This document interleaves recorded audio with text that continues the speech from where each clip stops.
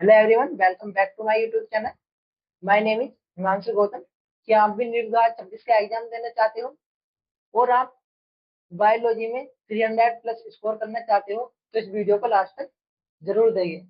आज हम इस वीडियो में बात करने जा रहे हैं कि हम अपनी एनसीईआरटी बुक की रीडिंग किस तरीके से करें ताकि जो हमने रीडिंग की है वो हमारी मेमोरी कार्ड में ज्यादा लंबे समय तक रहे, यानी कि लॉन्ग टाइम तक वो चीज हमें याद रहे। उसके बारे में आज हम बात करने जा रहे हैं कि हमें अपनी एनसीईआरटी बुक किस तरीके से पढ़नी चाहिए। तो हम अपनी एनसीईआरटी बुक की रीडिंग को कुछ पॉइंटों में समझेंगे, यानी कि हमें किस किस तरीके से अपनी एनसीईआरटी बुक की रीडिंग करनी चाहिए और किस तरीके से हमें नहीं करनी चाहिए और हम क्या क्या गलती कर रहे हैं। और हाँ, अगर आप चैनल पे नए हैं तो चैनल को सब्सक्राइब कर लें ताकि आपको हमारी वीडियो सबसे पहले मिल सके। तो चलिए शुरू करते हैं। तो देखो, जब आप अपनी पहली बार एनसीईआरटी बुक की रीडिंग करने लगते हैं या फिर आप एनसीईआरटी बुक का कोई भी चैप्टर रीडिंग करने लगते हैं तो आपको उसको हाईलाइट बिल्कुल भी नहीं करना है। यानी कि जब आप अपनी एनसीईआरटी बुक को पहली बार पढ़ने जा रहे हो तो आप उसको बिल्कुल भी हाईलाइट नहीं करो, बस केवल उसकी ऐसी रीडिंग कर लो, उसको हाईलाइट बिल्कुल नहीं करना है। क्योंकि जब हम एनसीईआरटी बुक को पहली बार रीडिंग करते हैं तो हमें क्या लगता है, यानी कि जो हमारी एनसीईआरटी की बुक है, जब हम उसे पहली बार रीडिंग करेंगे तो हमें क्या लगेगा कि जो हम एनसीईआरटी में जो भी चैप्टर पढ़ रहे हैं, मान लो कोशिका चक्र चैप्टर ही पढ़ रहे हैं या कोशिका जीवन की इकाई चैप्टर पढ़ रहे हैं, तो जब हम चैप्टर को पढ़ेंगे हमें वो सब न्यू लगेगा। अब जब हमें न्यू लगेगा तो वो चीज हमें लगेगी इम्पोर्टेंट, क्योंकि हम उस चीज को पहले से नहीं जानते हैं। उस चीज को अगर हम अब पढ़ रहे हैं तो वो हमें क्या लगेगी, इम्पोर्टेंट लगेगी। तो उससे क्या होगा कि हम अपनी एनसीईआरटी बुक का अगर कोई भी चैप्टर पढ़ने जाए तो हम उसे ज्यादा से ज्यादा हाईलाइट कर लेंगे। तो इसलिए जब आप अपनी एनसीईआरटी बुक की पहली बार रीडिंग करें तो उसको बिल्कुल भी हाईलाइट कुछ नहीं करना है, बस आपको केवल रीडिंग करनी है। अब ये पता चल गया होगा आपको क्यों हाईलाइट नहीं करना है, क्योंकि जब हम न्यू बुक पढ़ते हैं तो हमें सभी मोस्ट लगता है, यानी कि इम्पोर्टेंट लगता है, तो हम सभी को हाईलाइट करते हुए चलते हैं। इससे हमें खुद ही नहीं पता रहता है कि हमारा इम्पोर्टेंट पॉइंट कौन सा है या इम्पोर्टेंट लाइन कौन सी है, इसलिए हमें पहले हाईलाइट नहीं करना है। एनसीईआरटी बुक को एक बार या फिर दो बार पढ़ लेना है। उसके बाद जब आप तीसरी या फिर दूसरी बार पढ़ने जाओ उसके बाद आप अपनी एनसीईआरटी बुक के चैप्टर को हाईलाइट करते चलो, क्योंकि आपको जब उस टाइम आइडिया हो जाएगा कि आपके लिए कौन सा लाइन इंपॉर्टेंट है या कौन सा टॉपिक इंपॉर्टेंट है। इससे ये फायदा होगा कि जब आप अपनी एक दो बार एनसीईआरटी बुक पढ़ लोगे तो आपको खुद ही आइडिया हो जाएगा कि आपके लिए कौन सा चैप्टर, सॉरी, कौन सी लाइन इंपॉर्टेंट है और कौन सी लाइन इंपॉर्टेंट नहीं है। तो आप पहले एनसीईआरटी बुक को एक या दो बार रीडिंग करें, उसके बाद ही उसको हाईलाइट करें। जैसे कि आपको लगे अब मैं इस चैप्टर को अच्छे से समझ गया हूँ, उसके बाद ही आप उसको हाईलाइट करें। पहली बार एनसीईआरटी पढ़ते समय चैप्टर को हाईलाइट नहीं करें। अब हमारा पॉइंट नंबर 2 आता है कि हमें जब हम एनसीईआरटी बुक पढ़ने जाएं तो क्या हम जब जो हमारी एनसीईआरटी बुक है उसका एक चैप्टर एक बार में पढ़ लें, यानी कि एक चैप्टर को पहली बार में कंप्लीट कर दे, एक बार में पढ़ के उसको खत्म कर दे। तो आपको ये गलती भूल कर भी नहीं करनी है, क्योंकि जो हमारी एनसीईआरटी होती है, एक तो हमें एनसीईआरटी बुक को देख के नींद आने लगती है क्योंकि समझ में कुछ नहीं आता है हमारे, और आप ऊपर से पूरा चैप्टर कंप्लीट करो तो आप क्या होगा कि आप जब चैप्टर को करने जाओगे तो आप खुद ही बोर होने लगोगे, तो फिर आपको पढ़ाई में भी इंटरेस्ट नहीं आएगा, क्योंकि जब हम बोर होने लगते हैं तो हम कुछ भी पढ़ लें वो चीज हमें याद नहीं रहती है। अगर हम बोर नहीं है, अगर हम पढ़ रहे हैं, अगर हम कुछ हार्ड चीज भी पढ़ रहे हैं, यानी कि हार्ड टॉपिक भी पढ़ रहे हैं जो जो हमसे नहीं होगा, अगर हम बोर नहीं हो रहे उसको पढ़ते हुए तो वो हमारी समझ में अच्छे से आ जाएगा। अगर हम कोई इजी टॉपिक पढ़ रहे हैं और हम उसे पढ़ते हुए बोर हो रहे हैं तो वो भी हमारी समझ में नहीं आएगा। तो इसलिए आपको एक बारी में पूरा चैप्टर कंप्लीट नहीं करना है। आपको एनसीईआरटी बुक का एक पेज या फिर दो पेज पढ़ना है, बट पढ़ना पूरे फोकस लगा के ही है, यानी कि पूरे ध्यान से आपको वो एक या फिर दो पेज पढ़ना है। फिर पेज पढ़ने के बाद आप उसकी क्वेश्चन प्रैक्टिस भी कर सकते हो, यानी जहाँ से भी आपको क्वेश्चन मिलने हैं उससे रिलेटेड जो आपने एनसीईआरटी बुक पढ़ी है उसके आप क्वेश्चन लगा सकते हो। पॉइंट नंबर 3, क्या जो ये हमारी एनसीईआरटी बुक है, यानी कि जो ये हमारी एनसीईआरटी बुक है, क्या हमें इस एनसीईआरटी बुक को पहले ही पढ़ लेना चाहिए, यानी कि जो सर ने हमें पढ़ाई नहीं है हम इसे पहले ही पढ़ लें। कुछ बच्चे होते हैं वो बड़े स्मार्ट बनते हैं कि सर से पढ़ाने से पहले ही बुक को पढ़ लेते हैं, यानी कि उस चैप्टर को पढ़ लेते हैं और सोचते हैं कि हमसे सर क्वेश्चन पूछेंगे तो हम क्लास में उन्हें अच्छे से बता देंगे। देखो, आपको ऐसे नहीं करना है, क्योंकि जो ये हमारी एनसीईआरटी की बुक है ये एक तो हमें खुद ही समझ में नहीं आती है, और आप सर के पढ़ाने से पहले पढ़ लोगे तो आपको कुछ भी इसमें समझ में नहीं आएगा। तो एनसीईआरटी की बुक को पढ़ने का सही तरीका यही है कि जब आपके सर जो लेक्चर में पढ़ा दें, आपको लेक्चर कंप्लीट करा दें, तो आप उस लेक्चर को देखें, या फिर उस लेक्चर को अगर आप ऑनलाइन पढ़ लें तो उस लेक्चर को देख लें। अगर आप ऑफलाइन पढ़ लें तो आप कोचिंग में पढ़ के आए, उसके बाद अपने नोट्स बनाए, शॉर्ट नोट्स बनाए जो आपको बनाने हैं। उसके बाद ही आप एनसीईआरटी बुक की पढ़ें, वो भी उतनी पढ़ें जितनी आपके टीचर ने आपको उस लेक्चर में कवर कराई है। यानी कि जो आपको उस लेक्चर में पढ़ाया है उतनी एनसीईआरटी पढ़ें, टीचर से आगे जाने की कोई जरूरत नहीं है। क्योंकि देखो जो टीचर है वो आपको उस टॉपिक को अच्छे से समझा देंगे, और जब वो उस टॉपिक को आपको अच्छे से समझा देंगे तो आप अगर उस टॉपिक को एनसीईआरटी बुक में पढ़ना चाहोगे तो आपकी वो इजीली आपके समझ में आ जाएगा। इससे आपको एनसीईआरटी पढ़ते हुए बोर भी नहीं होगे आप, और आपको समझ में भी वो टॉपिक अच्छे से आ जाएगा। तो आपको ये गलती नहीं करनी है कि आपको अपने टीचर से पहले ही एनसीईआरटी बुक की रीडिंग लगा लेनी है।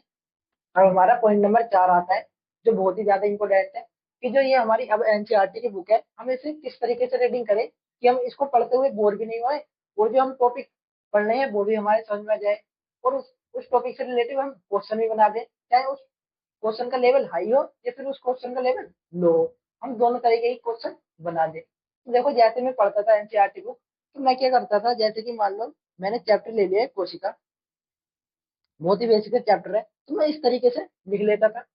शायद आपको दिखे कि नहीं दिखे, इस तरीके से मैं लिख लेता था। यहाँ पर ये दिख रहा है आपको, देखो दिख रहा होगा, नहीं दिख रहा है तो कोई बात नहीं, मैं आपको देखो अगर मैं आपको इस बुक में समझाऊं तो आपको कुछ समझ में आएगा नहीं। इस तरीके से मैं अपना लिख लेता था, इधर भी लिख लेता था और इधर भी लिख लेता था, हाईलाइट भी करता था और लिखता भी था। तो देखो हमें हाईलाइट पे कम ध्यान देना है और लिखने पे ज्यादा ध्यान देना है। आप सोचेंगे भैया लिखाई तो नहीं जाता, उसमें थक जाते हैं, यानी कि टाइम लगता है। तो देखो टाइम तो लगेगा, बट आप जब अपनी एनसीईआरटी बुक को दोबारा पढ़ोगे तो आपको बहुत ही कम समय में, यानी कि हम 5 से 10 मिनट में पूरी एनसीईआरटी का एक चैप्टर रिवाइज कर लोगे। यानी कि आपको 5 या 10 मिनट ही लगेंगे, चाहे वो बड़ा चैप्टर हो या फिर चाहे वो छोटा चैप्टर हो। तो मैं आपको बताऊंगा मैं किस तरीके से एनसीईआरटी पढ़ता था, यानी कि ये जो सब मैंने लिखा है मैं किस तरीके से लिखता था, यही मैं आपको समझाऊंगा। अगर मैं आपको इसकी समझा लगूं तो आपकी समझ में तो आएगा नहीं, इसलिए मैं आपके लिए 2 प्रिंट आउट निकलवा के ले आया हूँ, 2 पेज के, जिससे कि मैं आपको समझा दूंगा। कैमरे पर करता हूँ मैं एनसीईआरटी बुक की तरफ, और जो 2 पेज लिखा है मैं उसकी तरफ।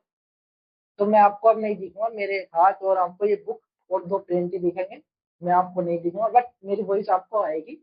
मैं आपको समझाने की कोशिश करूंगा जिससे कि आपको अच्छे से समझ में आ जाएगा। तो ये आ गई हमारी एनसीईआरटी 11th क्लास की बुक, और इसमें भी मैं आपको दिखा रहा हूँ कोशिका चैप्टर। आपको मैंने पहले भी दिखाया था, शायद अब भी दिखा दे रहा हूँ। तो ये देखो कोशिका चैप्टर है, मैं इस तरीके से लिख लेता हूँ। तो इसी तरीके से मैं आपको समझाऊंगा। अगर मैं इसमें समझाऊं तो आपकी समझ में आने वाला कुछ है नहीं है, तो इससे कोई फायदा नहीं होगा कि मैं समझाऊं और आपकी समझ में भी नहीं आए। तो आपको इस तरीके से लिख लेना है, यानी कि लिखना है। अभी मैं आपको बता दूंगा, ये 2 पेज मैंने निकलवा के ले आया हूँ। एक पेज ये रहा, एक पेज ये है, एक पेज ये है। ये बस 2 पेज इसलिए है कि आपको बस ओनली आपको ही समझाना है, फिर आप अपनी एनसीईआरटी बुक की रीडिंग खुद से ही करोगे। अभी तो मैं इन्हें समझा दूंगा, आपकी समझ में आ जाएगा किस तरीके से पढ़नी है, किस तरीके से इसमें से क्वेश्चन हमें बनाने हैं। तो आपको खुद ही आइडिया लग जाएगा कि हमें एनसीईआरटी पढ़नी कैसे है और क्वेश्चन कैसे बनते हैं। मैं अभी उनसे ही समझा दूंगा आपको, 2 पेज से ही, फिर आप अपनी एनसीईआरटी बुक की रीडिंग खुद ही करेंगे। इसे मैं बंद कर देता हूँ। और हाँ, अगर आपके पास भी एनसीईआरटी बुक है तो आप प्लीज उसे निकाल लें और पढ़ना शुरू कर दें मेरे साथ साथ। हम शुरू करते हैं यहाँ से। जब आप अपने चारों तरफ देखते हैं तो जीव व निर्जीव दोनों को आप पाते हैं। यानी कि जब हम अपने चारों तरफ देखते हैं तो हम जीव को भी पाते हैं वहां पर और निर्जीव को भी पाते हैं, दोनों को हम पाते हैं। आप आवश्यक आश्चर्य करते होंगे एवं अपने आप से पूछते होंगे कि ऐसा क्या है जिस कारण जीव जीव कहलाते हैं और सजीव, यानी कि जीव जीव कहलाते हैं और निर्जीव सजीव नहीं हो सकते। यानी कि सजीव सजीव कहलाते हैं या निर्जीव निर्जीव कहलाते हैं और जीव जीव कहलाते हैं। इस जिज्ञासा का उत्तर केवल यही हो सकता है कि जीवन की आधारभूत इकाई जीव कोशिका की उपस्थिति एवं अनुपस्थिति है। यानी कि इस लाइन का मतलब है कि जो हमारे जीव होते हैं उनमें निर्जीव, यानी कि जो हमारे निर्जीव और जीव है, हम उनमें फर्क कर सकते हैं कोशिका की उपस्थिति तथा अनुपस्थिति के आधार पर। यानी कि जो जीव की कोशिका है उसकी उपस्थिति तथा अनुपस्थिति बताएगी कि वो जीव जीवित है, वो जीव है या निर्जीव है। यानी कि हम कोशिका के आधार पर जीव और निर्जीव में फर्क कर सकते हैं। तो मैं लिख दे रहा हूँ यहाँ पे,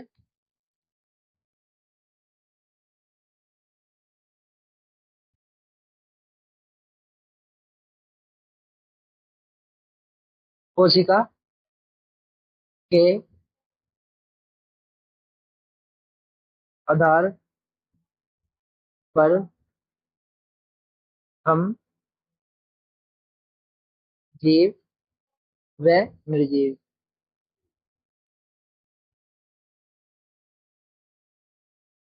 निर्जीव में अंतर कर सकते हैं।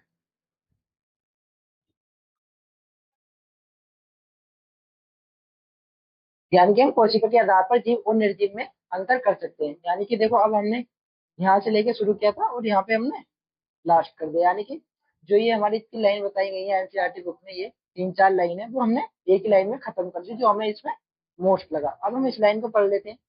सभी जीवधारी कोशिका से बने होते हैं। इनमें से कुछ जीव एक कोशिका से बने होते हैं, जिन्हें हम एक कोशिकीय जीव कहते हैं। अब देखो, आपको यहाँ पे दिमाग अपना लगाना पड़ेगा, थोड़ा दिमाग अपना, कि इन्होंने बता दिया कुछ जीव एक कोशिका से बने होते हैं, जिन्हें हम एक कोश के जीव कहते हैं।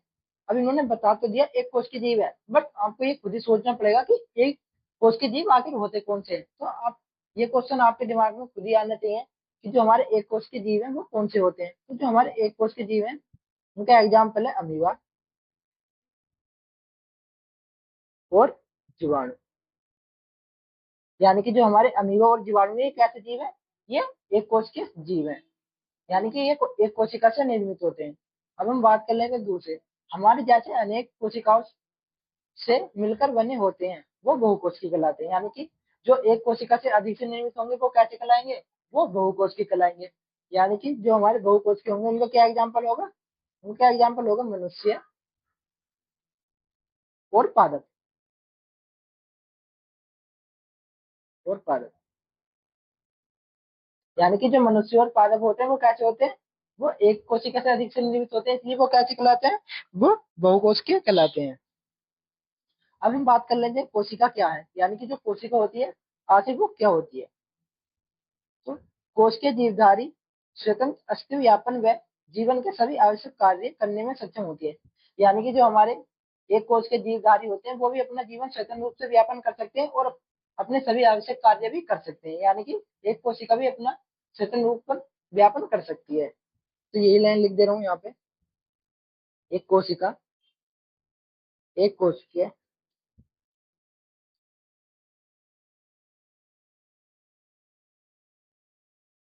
जीव भी अपना जीवन स्वतंत्र रूप से व्यापन व अपने सभी आवश्यक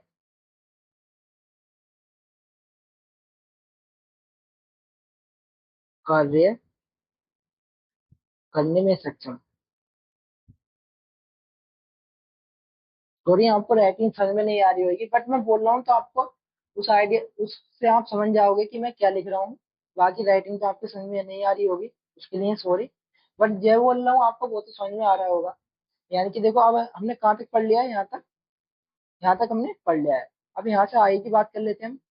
कोशिका के बिना किसी का भी स्वतंत्र जीवन अस्तित्व नहीं हो सकता, ये तो हमें पता ही है। यानी कि अगर किसी में कोशिका नहीं पाई जाएगी तो वो अपना जीवन व्यापन थोड़ी कर सकता है। यानी कि कोशिका के बिना हमारा स्वतंत्र जीवन अस्तित्व नहीं है। ये इतनी ज्यादा इंपोर्टेंट नहीं है, तो इसको हम यहाँ पर नहीं लिख रहे हैं। इसी कारण जीव के लिए कोशिका ही मूलभूत से संरचनात्मक व क्रियात्मक इकाई है। तो देखो, ये बोल रहा है कोशिका ही मूलभूत से संरचनात्मक व क्रियात्मक इकाई है। इस लाइन का मतलब है कि जो हमारी कोशिका है वो ही हमारी मूलभूत व संरचनात्मक व क्रियात्मक इकाई है। यानी कि कोशिका ही हमारी मूलभूत और संरचनात्मक व क्रियात्मक इकाई है। तो इसे लिख दे रहे हैं यहाँ पे लाइन को।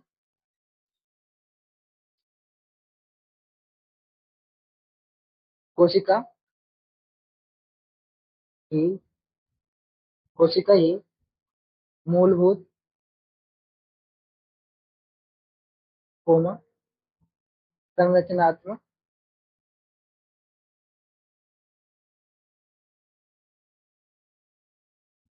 संरचनात्मक व क्रियात्मक इकाई। यानी कि जो कोशिका होती है वही हमारी संरचनात्मक व क्रियात्मक इकाई होती है। अब हम आगे पढ़ लेते हैं, यानी कि ये भी हमारा खत्म हो गया यहाँ तक और ये भी खत्म हो गया। जो हमें मोस्ट लगा वो अभी इतना ही है। अब देखो, आप अगर हिस्से की रीडिंग करोगे तो आपको काफी समय लगेगा, अगर आप हिस्से की रीडिंग कर लेते हो आपको थोड़ा कम समय लगेगा। ल्यूवेनहोक ने पहली बार कोशिका को देखा।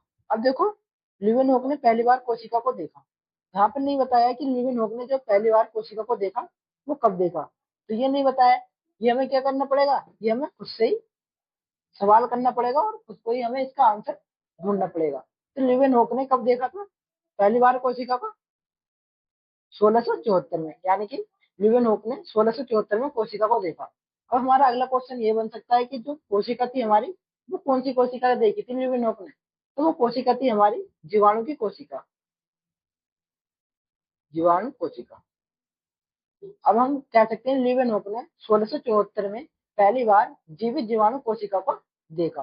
अब यहाँ पे तो जगह नहीं बची है, बट यहाँ पे जगह है तो हम यहाँ पे लिख सकते हैं।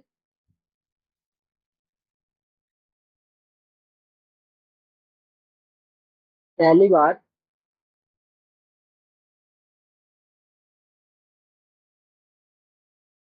ल्यूवेनहोक ने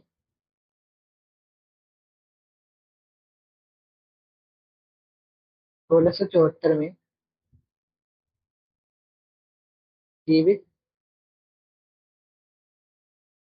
जीवाणु कोशिका देखी।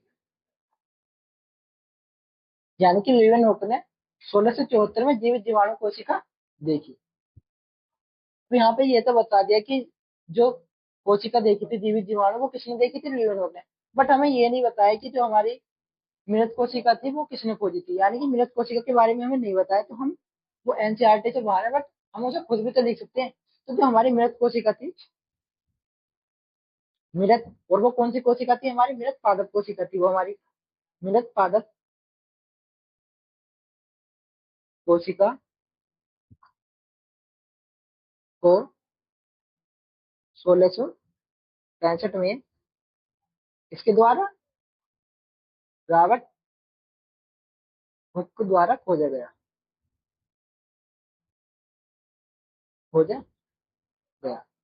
यानी कि मृत पादप कोशिका को 1665 में रॉबर्ट हुक द्वारा खोजा गया। अगर देखो नीट एग्जाम में क्वेश्चन आ जाता है कि सर्वप्रथम कोशिका को किसने देखा, यानी कि सर्वप्रथम कोशिका की खोज किसने की, तो हम वहां पर क्या कर पाएंगे? रॉबर्ट हुक ही कर पाएंगे, ना कि हम ल्यूवेनहोक।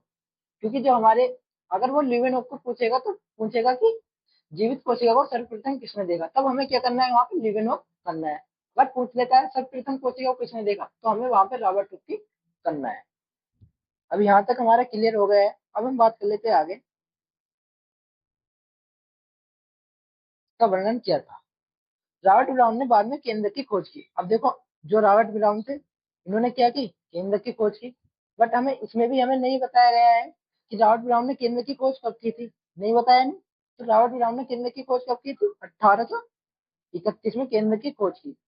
अब इन्होंने बता दिया केंद्र की खोज तो की, बट केंद्र की खोज की, बट ये नहीं बताया कि जो हमारा केंद्र था वो किस चीज में खोजा था। वो खोजा था हमारा एक पादप में, और उस पादप का क्या नाम था? आर्किड। यानी कि आर्किड नाम के पादप में रॉबर्ट हुक ने 1831 में केंद्र को खोजा। तो हम लिख सकते हैं 1831 में, 1831 में रॉबर्ट ब्राउन द्वारा पादप में केंद्रक को खोजा गया। यानी कि जो हमारे रॉबर्ट ब्राउन ने, इन्होंने 1831 में एक पादप में किसको खोजा था? केंद्र को खोजा था। अब हम बात कर लेते हैं आगे, सूक्ष्मदर्शी की खोज व बाद में इसके सुधार के बाद फ्रेज कंट्रास्ट व इलेक्ट्रॉन सूक्ष्मदर्शी द्वारा कोशिका विस्तृत संरचना का अध्ययन संभव हो सका।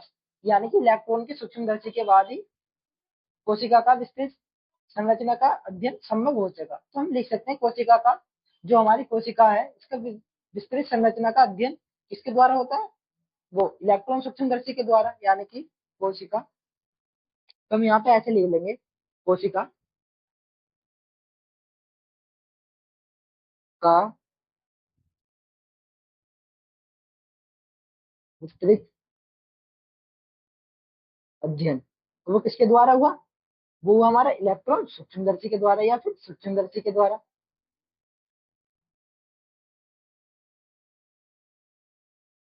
सूक्ष्मदर्शी के द्वारा, यानी कि इलेक्ट्रॉन सूक्ष्मदर्शी के द्वारा ही कोशिका की विस्तृत संरचना का अध्ययन होता था। तो सॉरी, यहाँ पे संरचना रह गया, संरचना का अध्ययन, संरचना का अध्ययन इलेक्ट्रॉन सूक्ष्मदर्शी द्वारा। और मिस्टर यहाँ पे ये लिखने से छूट गया एक कोशिकीय और बहुकोशिकीय, तो आपको इस तरीके से लिख लेना है, एक कोशिका से निर्मित, यानी कि एक कोशिका से निर्मित, एक कोशिका से निर्मित। वो कैसे कहलाएंगे? एक कोशिकीय।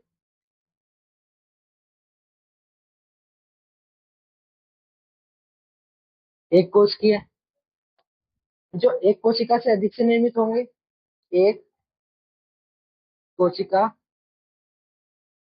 से अधिक से निर्मित, अधिक से निर्मित, वो कौन से होंगे? वो होंगे हमारे बहुकोशिकीय।